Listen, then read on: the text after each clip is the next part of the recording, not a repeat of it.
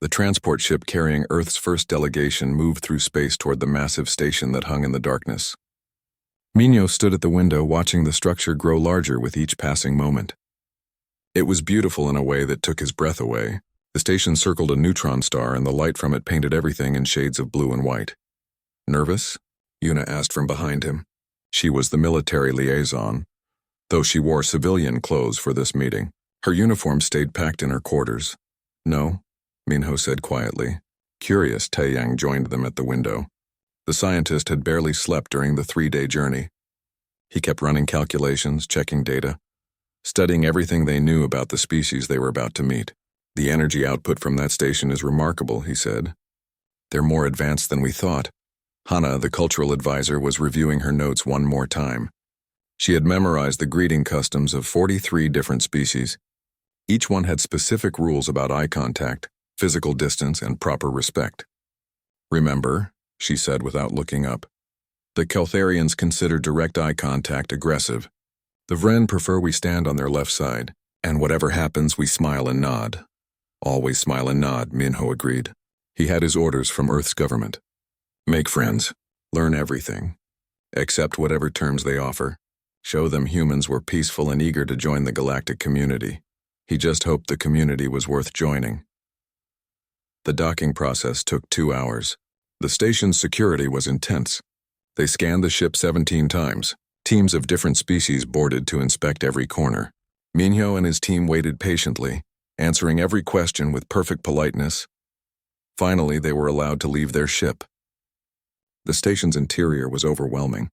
Creatures of every shape and size moved through the corridors. Some walked on legs, others floated. A few seemed to exist as pure energy contained in specialized suits. The air smelled strange, like metal and flowers mixed together. Stay together, Minho said softly. And remember, we're guests here. A tall insect-like being approached them. Its body was covered in a dark shell that reflected the station's lights.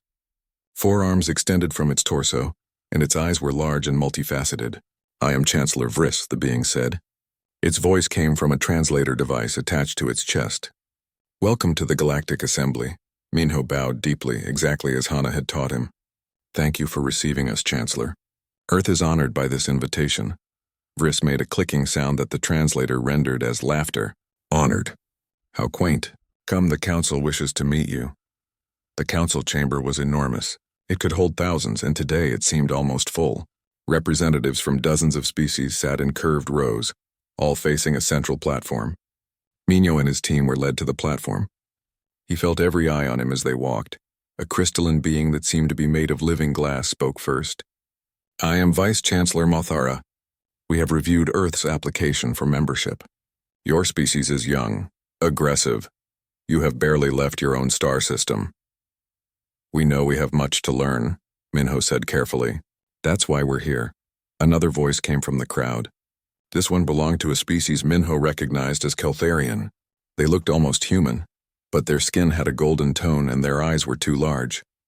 Your planet is divided into nearly 200 separate governments. You wage war among yourselves. You poison your own air and water. Why should we allow such a species into our assembly? Yuna's hand tightened into a fist at her side, but she said nothing. Taeyang stared at the floor. Hana kept her pleasant smile fixed in place. Minho took a slow breath. You're right. We have problems. We've made mistakes. But we're trying to be better. We're trying to grow. Isn't that what matters? The council members spoke among themselves for several minutes. Finally, Chancellor Vriss stood. Earth will be granted probationary membership. You will accept a mentor species to guide you. You will limit your military fleet to 12 ships. You will share all technological data with the Assembly. You will allow observers on any colony worlds you establish. These terms are not negotiable. 12 ships. Earth currently had over 300 vessels capable of interstellar travel. The military would be furious. The independent colonies would feel betrayed. But Minho smiled and bowed again. Earth accepts these terms with gratitude. We will serve as your mentors, the Keltharian representative said. His name was Doran, and his voice carried poorly hidden contempt. We will teach you how civilized species behave. We look forward to learning from you, Minho said. The meeting continued for hours. Every rule was explained in detail. Every restriction was outlined clearly. Earth would be the lowest-ranking member of the assembly. Humans would need permission to attend most council sessions. They would have no vote on any important matters. They would be treated as children who needed constant supervision. Through it all, Minho smiled. Yuna smiled. Taeyang smiled. Hana smiled. When they finally returned to their ship, exhausted and humiliated, Yuna was the first to speak. Why did we agree to all that? It's insulting. It's degrading. We should have walked out. Minho sat down heavily in his chair. He looked at his team, these people he had carefully chosen for this mission. We agreed because we're learning, he said quietly. Every insult, every restriction, every rule they impose tells us something about them. Like what? Taeyang asked. Like they're comfortable. Too comfortable. They haven't faced a real threat in a very long time. They think peace comes from rules and regulations. They've forgotten that peace requires strength. Minho pulled up a data screen. While they were busy telling us how primitive we are, I was recording everything. The station layout, security protocols, fleet positions, species relationships. Hana's smile turned genuine for the first time that day. You were gathering intelligence. We all were, Minho said. That's the mission. Let them think we're weak. Let them underestimate us. Let them believe humans are just eager, primitive creatures who will obey any command. He looked at each of them in turn. Because while they're thinking that, we'll be learning everything about them. Their strengths, their weaknesses, their fears. And then, Yuna asked, then we decide if they're truly our friends or just our temporary hosts. Minho closed the data screen. Get some rest. Tomorrow we start playing the role of good students. We bow, we obey, we smile. And behind the smiles? Taeyang asked. Minho's expression went cold. Behind the smiles we prepare for every possibility, including the one where this peaceful assembly decides Earth is too much trouble to keep around. The ship's engines hummed as they prepared for departure. Outside the window, the beautiful station gleamed in the neutron star's light. It looked peaceful. It looked safe, but Minho knew better. He had studied Earth's history too well. He knew that appearances could be deceiving, and he knew that humanity's greatest weapon had always been the ability to seem harmless, right up until the moment they struck. The polite delegates from Earth had arrived. The council thought they understood what humans were. They thought they had humanity under control. They had no idea how wrong they were. 3 months passed like a slow torture. Minho and his team followed every rule the Keltharians gave them. They attended endless classes about proper behavior. They filed reports about every single action Earth took in space. They smiled through countless inspections of Earth's ships and facilities. The Keltharians were not kind teachers. Doran seemed to enjoy pointing out human failures. He made jokes about Earth's primitive technology in front of other species. He questioned every decision, every plan, every request. When Earth asked permission to establish a research station, the paperwork took 6 weeks to process. But Minho played his role perfectly. He thanked Doran for every insult disguised as advice. He apologized for human inadequacy. He promised Earth would try harder to meet the assembly's standards. Meanwhile, Earth scientists and military worked in secret. They studied the data Minho sent home. They built new ships that were never reported. They developed weapons based on assembly technology, but improved with human innovation. 12 ships patrolled openly. Hundreds more stayed hidden in the dark spaces between stars. Everything was going according to plan. Until the Keltharians decided to explore the Terminus Void. The Terminus Void was a region of space that the Assembly had declared off-limits centuries ago. The official reason was dangerous radiation and unstable gravitational fields. The real reason, Minho had learned, was that powerful species used it to hide things they didn't want others to see, so Earth had hidden something there. 2. The Keltharian patrol fleet consisted of 6 ships led by Commander Solon. He was Doran's cousin, and he shared the same arrogant attitude toward humans. When his sensors detected a structure in the void, he assumed it was abandoned alien technology, something his team could claim credit for discovering. Instead, they found a human research station. It was massive. The station stretched for kilometers in every direction. Solar panels covered one entire side. Docking bays could hold 50 ships. Power signatures indicated the facility could support thousands of people. It was far larger than anything Earth should have been capable of building. Solon contacted Doran immediately. We found something, he said, sending images. A human station. Secret, hidden. This violates every agreement they made. Doran stared at the images for a long time. Then he smiled. Board it. I want to know everything. The Keltharian team approached carefully, weapons ready. But the station didn't respond to their hails. No defense systems activated. No ships launched to intercept them. When they docked and entered, they found the corridors empty. The first chamber they explored contained weapons. Not the simple plasma rifles and missile systems that humans had shown the assembly. These were things that shouldn't exist. Gravity manipulators that could crush a ship into a point the size of a marble. Biological weapons that could target specific DNA sequences. Energy weapons that burned hotter than most stars. Solon's team moved deeper into the station with growing unease. They found armor designed for species that Earth hadn't officially met yet. Medical bays equipped to treat alien injuries. Storage rooms filled with cultural items from dozens of different civilizations. But the worst discovery came in the central computer. Taman was the Keltharian technician who broke through the security systems. What he found made his hands shake. Commander, he said quietly, you need to see this. The computer contained simulations. Thousands of them. Each one was a detailed combat scenario. The opponent in every scenario was the same, the Galactic Assembly. Every major species was represented. Every known ship type, every defensive strategy they employed. The simulation showed battles between Earth's fleet and the Assembly's forces. Planet assaults, orbital bombardments, fleet engagements in deep space. The level of detail was terrifying. The humans had modeled everything. Ship armor thickness, weapon ranges, shield frequencies, even the psychological profiles of assembly commanders. Solon watched one simulation run. It showed human ships attacking a Keltharian colony. The human vessels moved in ways that seemed impossible, using gravity wells and asteroid fields as weapons. They didn't just defeat the defenders. They annihilated them. The simulation estimated casualties in the millions. They've been planning this, Solon said, his voice hollow. From the beginning. All that bowing and smiling. It was a lie. Doran received the full report 1 hour later. He read it 3 times, certain there must be a mistake. But the evidence was clear. Humanity had been studying the assembly like a predator studies prey. They had cataloged every weakness, every vulnerable point, every possible way to hurt them. The biological samples were particularly damning. Earth had genetic material from every council species. The files suggested they were developing targeted pathogens, diseases that could kill Keltharians but leave humans untouched, viruses that could infect crystalline life forms, bacteria designed to corrode the metal-based biology of the Vrendot. Doran called an emergency council session. Every member received copies of what the Keltharians had found. The reaction was immediate and explosive. This is an act of war, Frisk declared, his translator struggling to keep up with his angry clicking. They have been preparing to attack us while pretending to seek peace.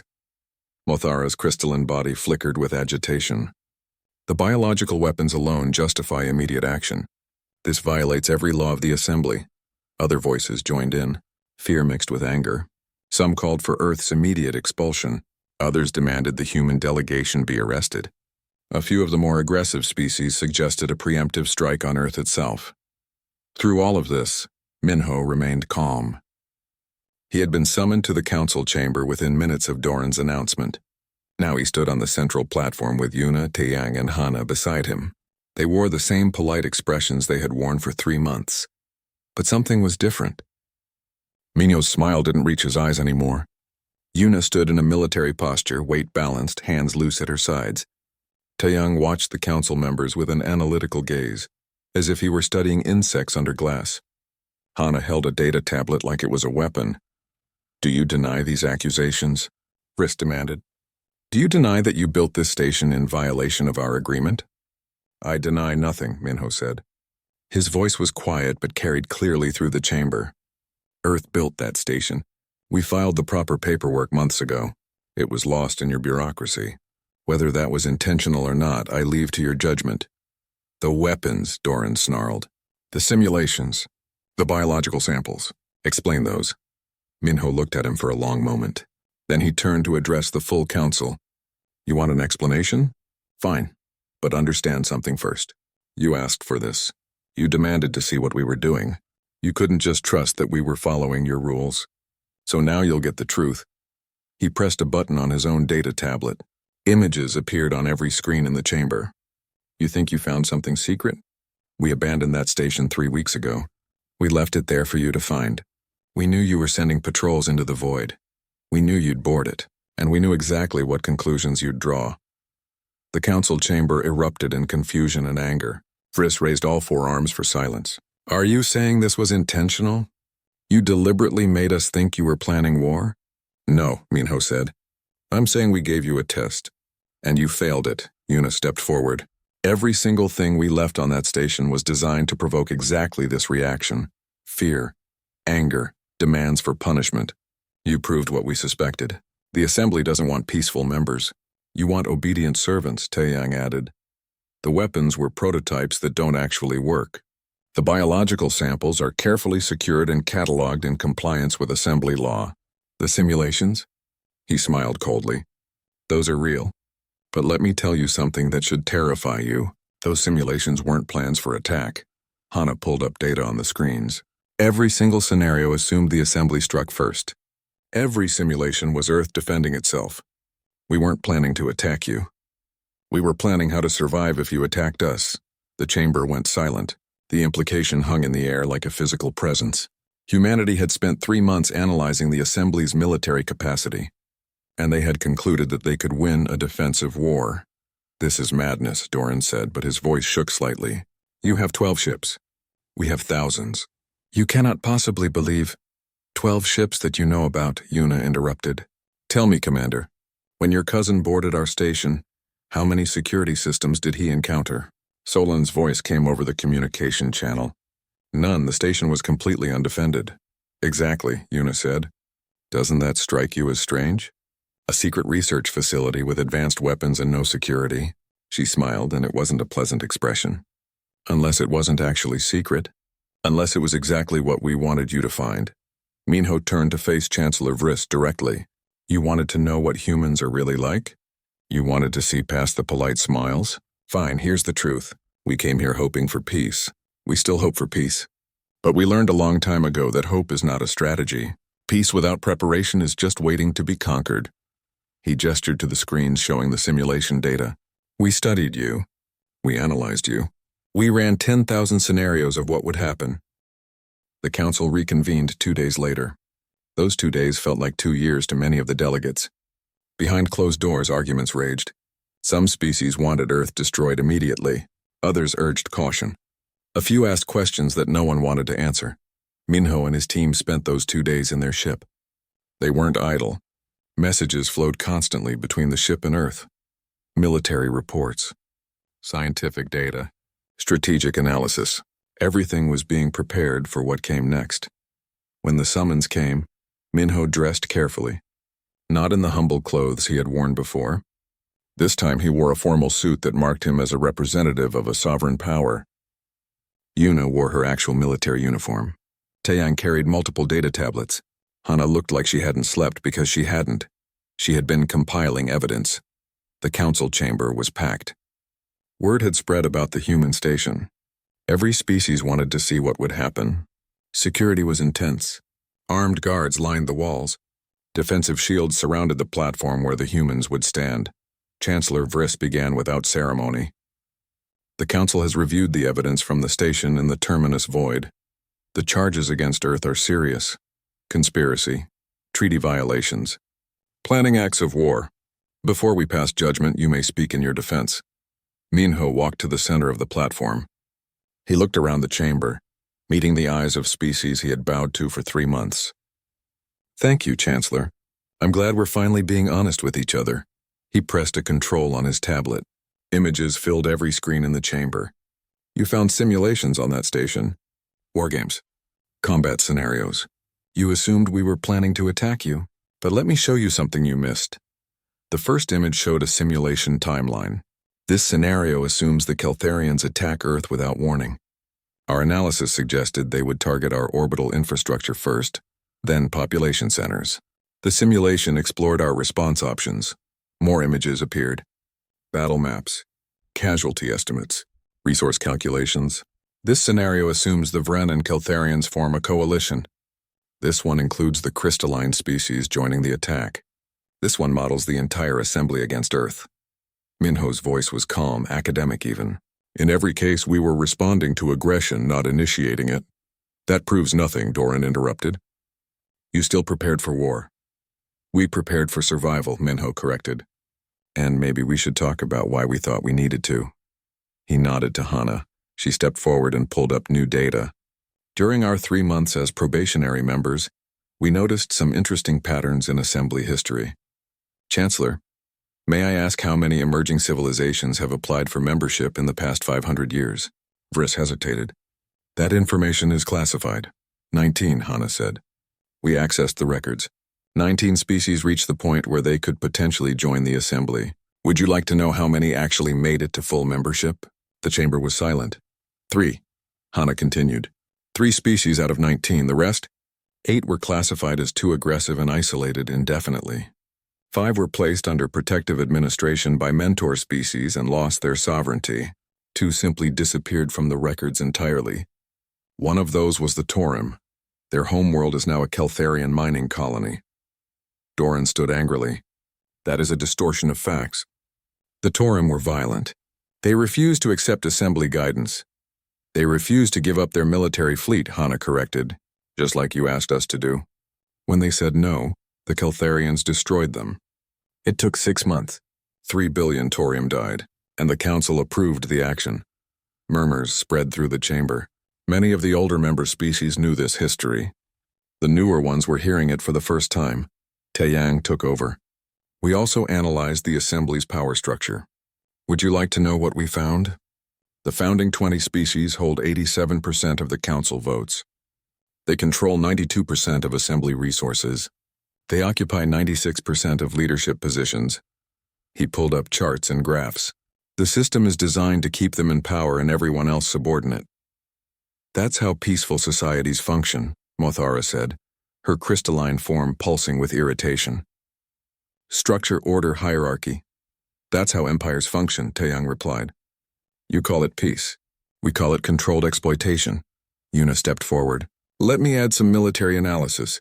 The assembly maintains a fleet of 6,000 warships. Sounds impressive, until you look at the details. 70% of those ships are over a century old. Your doctrine hasn't changed in 500 years. You fight the way you've always fought because no one has challenged you in so long. She pulled up tactical displays. Your ships are designed for policing actions and shows of force.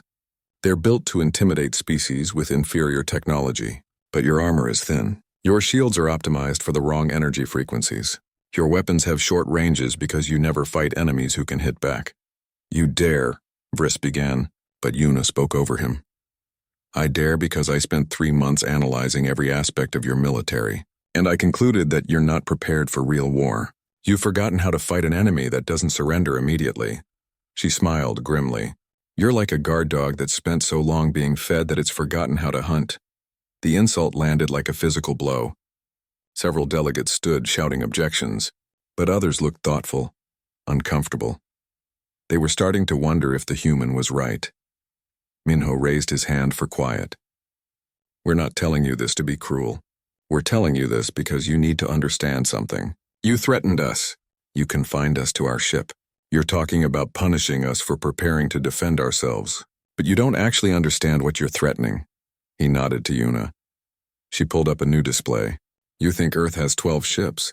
Let me show you the truth. The display lit up with icons. Hundreds of them. Thousands. These are Earth's actual military assets. 1,200 warships, 3,000 support vessels, 400 planetary defense platforms. And that's just what we've built in the 5 years since we developed faster-than-light travel. The council stared in shocked silence. Impossible, Vriss whispered. How could you build so much so quickly? Because we had to, Minho said simply. Earth's history is not like yours. We didn't have a peaceful assembly to join. We had to survive on our own. Do you know how many times in the past century humanity has come close to destroying itself? 4 times. 4 separate occasions where nuclear war was minutes away. He let that sink in. We learned to build quickly because we had to. We learned to innovate because staying still meant death.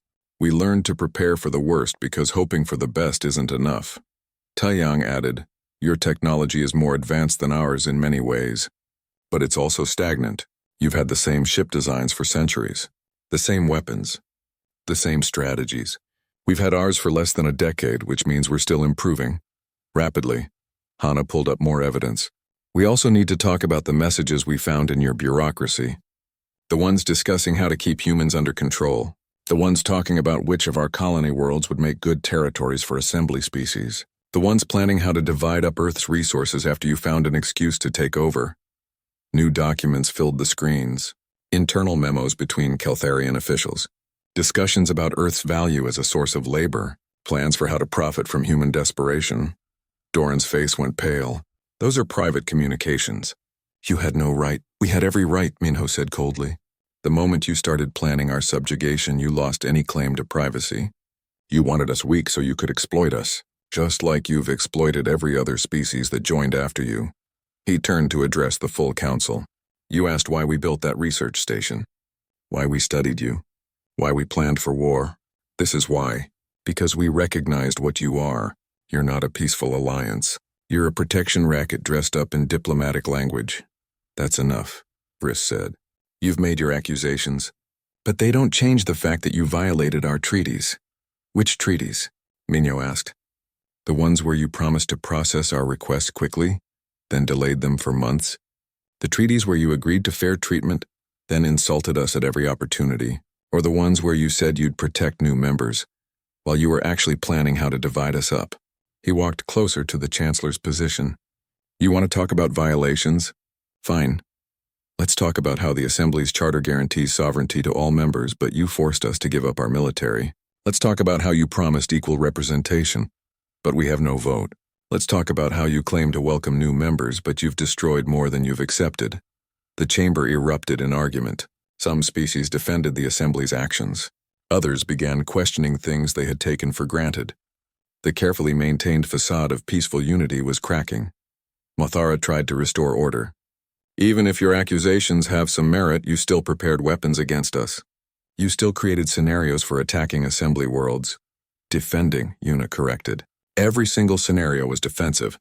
We never planned to attack you, but we absolutely planned to survive if you attacked us." The council argued for 18 hours straight. Delegates shouted at each other across the chamber. Old alliances fractured. New questions emerged.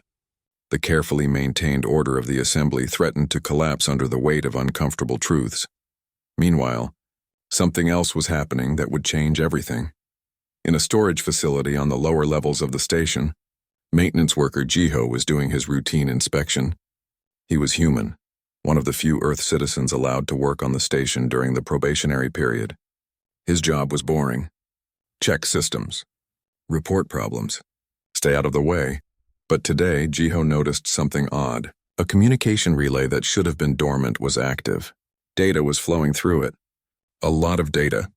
He traced the signal out of curiosity and found something that made his blood run cold.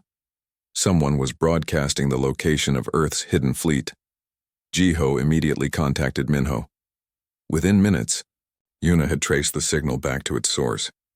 It was coming from inside the Keltharian delegation's quarters. They were sending encrypted messages to their home fleet, revealing the positions of hundreds of Earth ships.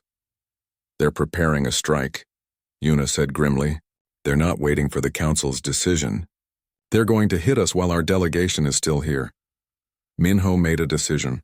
"Get me a channel to the Council chamber. Emergency priority." It took 5 minutes to cut through the bureaucracy.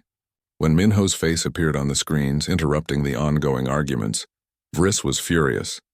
"You were ordered to remain in your ship." "I have evidence of an impending attack on Earth," Minho said. "The Keltharians are coordinating with their fleet to strike our homeworld while we're here negotiating." Doran stood. "That's a lie. A desperate attempt to—" "It's not a lie," Jiho said, appearing on screen next to Minho. "I found the transmission relay.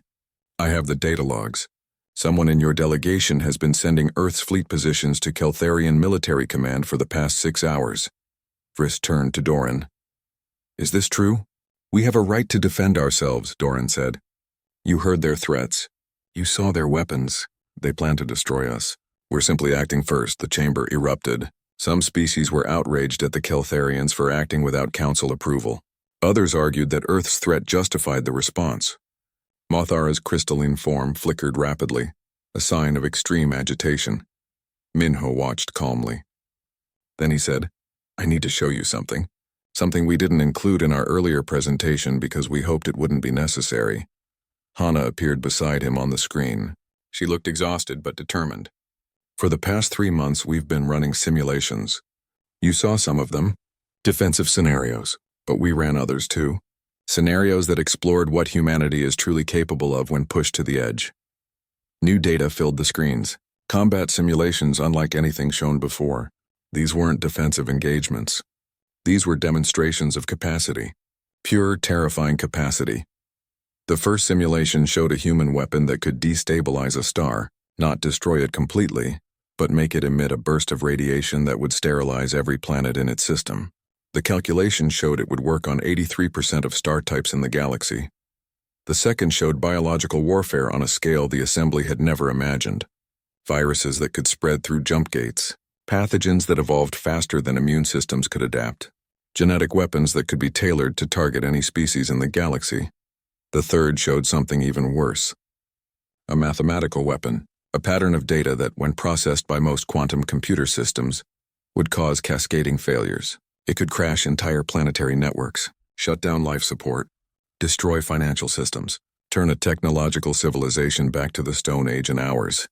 "These aren't theories," Taeyang said quietly, appearing on screen. "These are functional weapons. We've tested them. We know they work.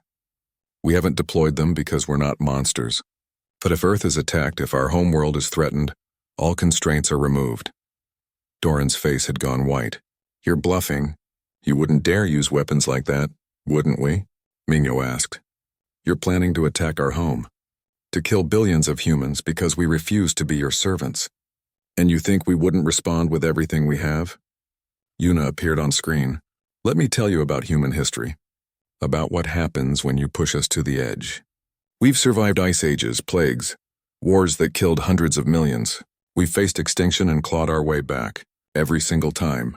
She pulled up historical data, images from Earth's past, mushroom clouds over cities, trenches filled with dead soldiers, cities reduced to rubble. "This is what we do to each other. This is how we fight when we hate each other. Can you imagine what we'll do to you if you attack our home?" The council sat in horrified silence. They were seeing something they hadn't truly understood before. Humanity wasn't just another species with advanced technology. They were survivors, predators, a species that had refined the art of warfare over thousands of years of bloody history. "But here's what should really scare you," Hana said. "Everything we've shown you? The weapons, the strategies, the simulations. That's not even the worst of it." She pulled up another file. "You think you found our secrets in that station? That was nothing, a test. Something we left behind to see how you'd react. Want to see what we actually kept hidden?" The screens showed images from across the galaxy. Keltharian military installations, Vren industrial worlds, even the crystalline homeworld. Every image was marked with detailed intelligence, defensive capabilities, resource locations, population centers, weak points and planetary shields. "We've mapped everything," Hana continued. "Every system, every station, every ship. We know where you sleep, where you eat, where you hide your families. We've had teams gathering intelligence for 3 years. Since before we ever contacted you." Vriss stood, all 4 arms trembling. "That's impossible. We would have detected you." "You didn't," Minho said, "because we're good at being invisible when we need to be. We learned that skill on Earth, hunting prey that could sense our approach. We perfected it in space where everything is watching everything else." He let that sink in for a moment. "You saw us as primitive, as children who needed guidance. But while you were busy feeling superior, we were learning everything about you, and we concluded that if you ever became our enemy, we could hurt you badly enough that you'd regret it for generations." A new voice spoke up. It belonged to a small, insect-like delegate named Kira from one of the servitor species. "Question for the humans. These weapons, these strategies, you say they're defensive, but they sound like tools of conquest." Minho turned to face her. "Good question. The answer is both. Any weapon can be used for attack or defense. The difference is intent. We built these capabilities to ensure our survival. But you're right that we could use them for conquest if we chose to. So why should we believe you won't? Kira asked. Because of what we did, Minho said. Think about it. We've had these capabilities for months. We've known everything about you. We could have struck at any time. We could have destroyed your fleets, occupied your worlds, taken what we wanted. But we didn't. We came here and tried to be your friends instead. Yuna added, We bowed to you. We accepted insults. We followed rules we thought were degrading. Not because we were weak. Not because we were scared. But because we genuinely wanted peace. We still do, but not at the price of our survival. Taeyang pulled up the final piece of evidence.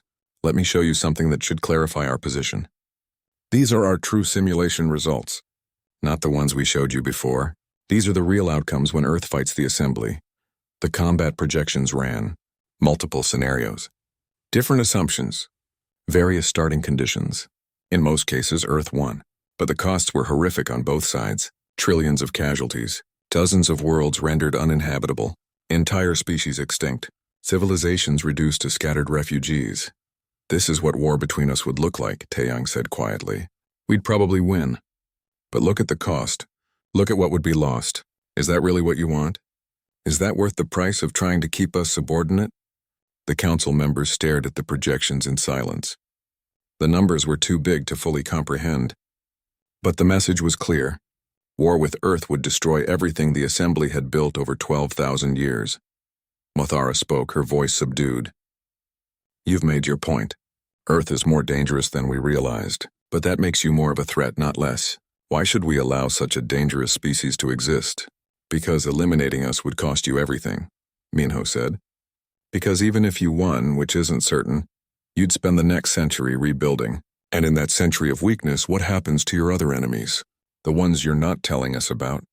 The threats on your borders, the species you've kept in check through intimidation. He smiled slightly. You need us, not as servants, as allies. Earth could be the most powerful friend you've ever had, or we could be the most costly enemy. The choice has always been yours. Doran stood again. This is manipulation. Threats disguised as negotiation. The Keltharian fleet is already en route to Earth. In 6 hours, this problem will solve itself. Minho looked at him calmly. No, it won't. He pressed a control on his tablet. A new image appeared. The council took 3 days to make its decision. 3 days that felt like 3 years across the galaxy. News of Earth's demonstrations had spread despite attempts to contain it. The servitor species were asking questions their mentor species didn't want to answer. Independent worlds were reconsidering their relationships with the Assembly. The comfortable order that had lasted for 12,000 years was cracking. On the second day, something unexpected happened. 3 species announced they were withdrawing from the Assembly to establish direct relations with Earth. The Kelthi, a small mammalian species that had been under Keltharian protection for centuries, were first. Their delegate made a simple statement. Earth has shown in 3 months what the Assembly never showed us in 3 centuries. Respect. The Vral followed. They were an aquatic species that had been classified as too primitive for full membership, despite their advanced biotechnology. We've been probationary members for 90 years, their representative said. We've followed every rule, accepted every delay, and we're still waiting for equal status. Earth offered us partnership in 3 days. The choice is obvious. The third was more surprising. The Mirai, a crystalline species related to Vice Chancellor Mothara's people, broke away from their parent civilization. We've watched the Assembly exploit new members for too long, their spokeswoman declared. Earth is right. This isn't a peaceful alliance. It's a protection racket. We want no part of it anymore. By the 3rd day, 5 more species were considering similar actions. The Assembly was facing its first real crisis in millennia. And it was all because one species had refused to bow. In their ship, Minho and his team prepared for the final meeting. They knew this could go either way. The Council could choose negotiation and peace, or they could choose to make an example of Earth. Consequences be damned. Are we ready if they choose war? Minho asked Yuna. She checked her tablet.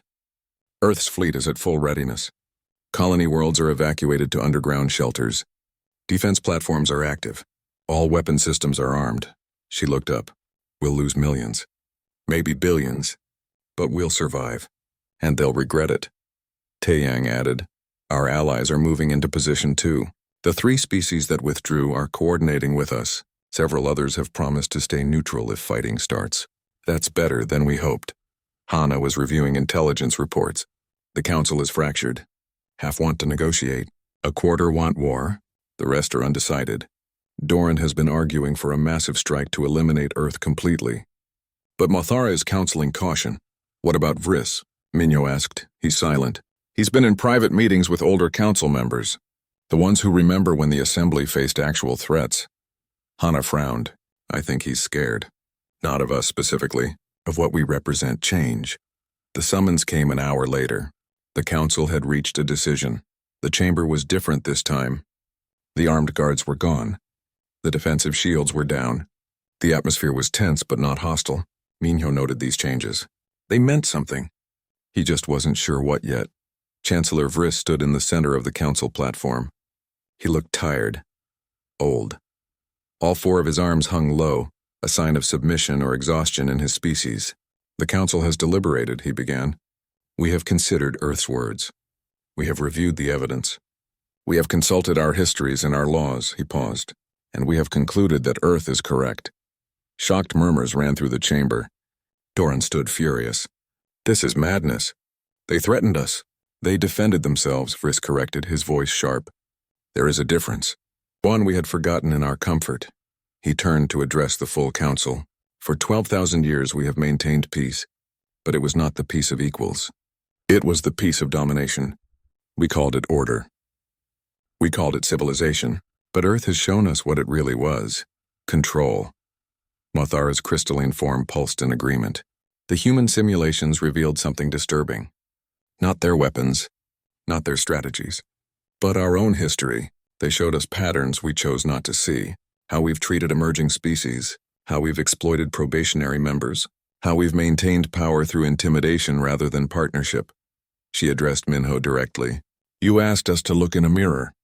We didn't like what we saw, but you were right to make us look, Vriss continued. The council has voted to offer Earth full membership status. No probationary period. No restrictions on your military. No required technology sharing. You will have equal representation and equal rights from this moment forward.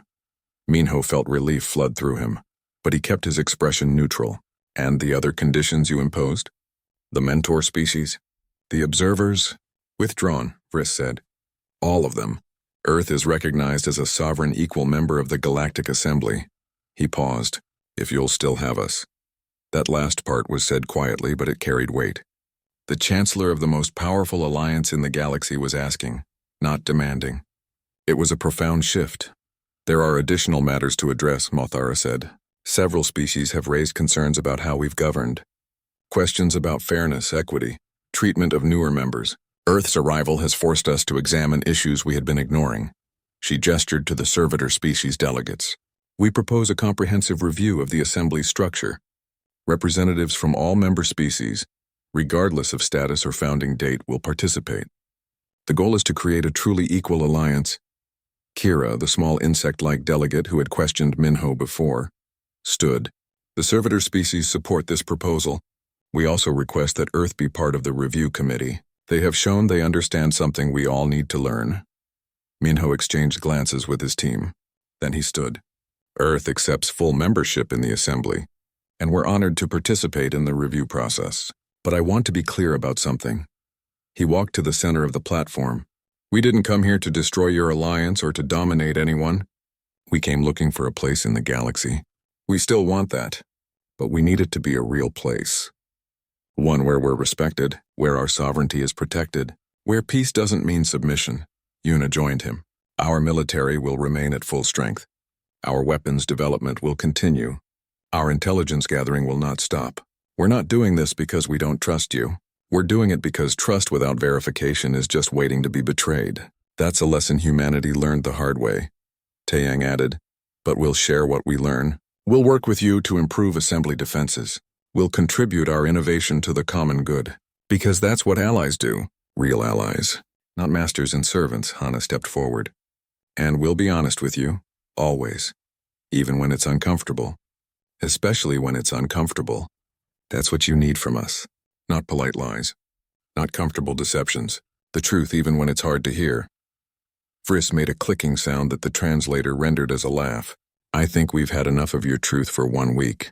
But yes, that's what we need. That's what the assembly has been missing. Doran stood one more time. I cannot support this decision. Earth is dangerous. They've proven it. Giving them equal status is inviting catastrophe. Then leave, Mathara said simply. The Keltharians have shown they cannot be trusted. You coordinated an unauthorized attack on a member species. That alone should result in your expulsion. We acted in the Assembly's best interest, Doran protested. You acted in your own interest, Briss corrected. As you always have. The Keltharians have enjoyed privileged status for too long. That status is now under review. If you cannot accept the new order, you're free to withdraw from the Assembly. Doran's face went through several expressions. Anger, disbelief, calculation. Finally, he sat down. The Keltharians will remain. But we will not forget this. Neither will we. Yuna said quietly. Your fleet tried to attack our home. We disabled them instead of destroying them. We showed mercy. Don't make us regret that choice. The tension in the chamber was thick. But slowly, other delegates began to stand and applaud. First the servitor species, then some of the middle-ranking members. Eventually, even some of the founding species joined in. Not all of them, but enough. Earth had forced the Assembly to change, and most of them recognized that the change was necessary. Over the next week, the political reshuffling was intense. The Keltharians lost their seat on the Security Council. 3 species joined Earth's new bloc. 5 more requested closer cooperation. The Assembly's rigid hierarchy began to soften as newer members found their voices. Minho spent most of that week in meetings, negotiations, discussions about the review process, planning sessions for joint military exercises. He barely slept, but he also smiled more genuinely than he had in months. On the 7th day, Hana found him looking out at the stars. Thinking about going home? She asked. Eventually, Minho said. But there's work to do here first, real work. Not pretending to be humble while gathering intelligence. Actual partnership. Do you think it'll last? Hana asked. This new cooperation? Or will they go back to their old ways once they're not scared of us anymore? Minho considered that. Some will try. Doran certainly will. But enough of them have seen the truth now. They know the old system was broken. They know new species won't accept subordination anymore.